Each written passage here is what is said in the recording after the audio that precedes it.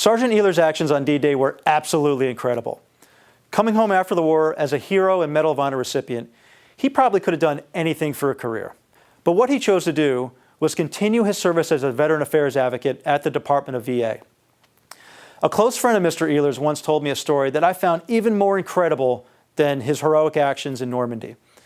In 1964, the White House was planning to host a memorial service in recognition of the 20th anniversary of the D-Day landing, and they wanted to extend an invitation to Mr. Ehlers. So a White House rep called the VA hospital looking to try to get a hold of him. His colleagues at the VA were a bit surprised and asked Mr. Ehlers, why on earth is the White House calling you?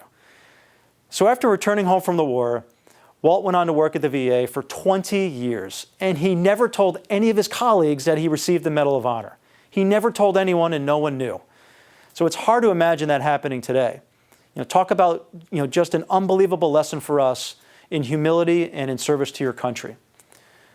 So the most recent generation of returning veterans have been described as the next greatest generation. Personally, I feel it's a bit premature to label us as such.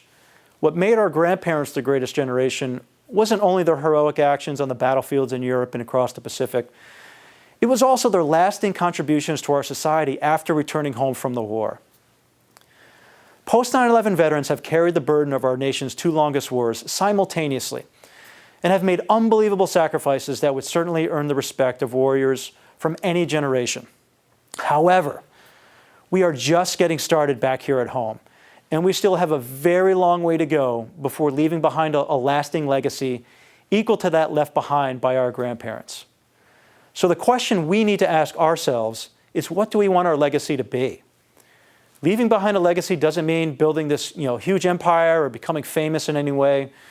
Mr. Ehlers lived a very humble life as a public servant, and he dedicated himself to a mission that he was passionate about and one in which improved his community. It is incredibly important for returning veterans to take the time to think about how we will continue to serve our country back here at home.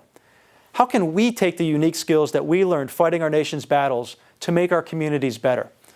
What is most meaningful to us? How do we want to be remembered? How can we build and leave behind a lasting legacy for the next generation? Our grandparents are without a doubt the greatest generation. Walt Ehlers exemplified the courage and the selflessness that set that generation apart from all the rest. I like to think that we will become the next greatest, but we still have a very long way to go.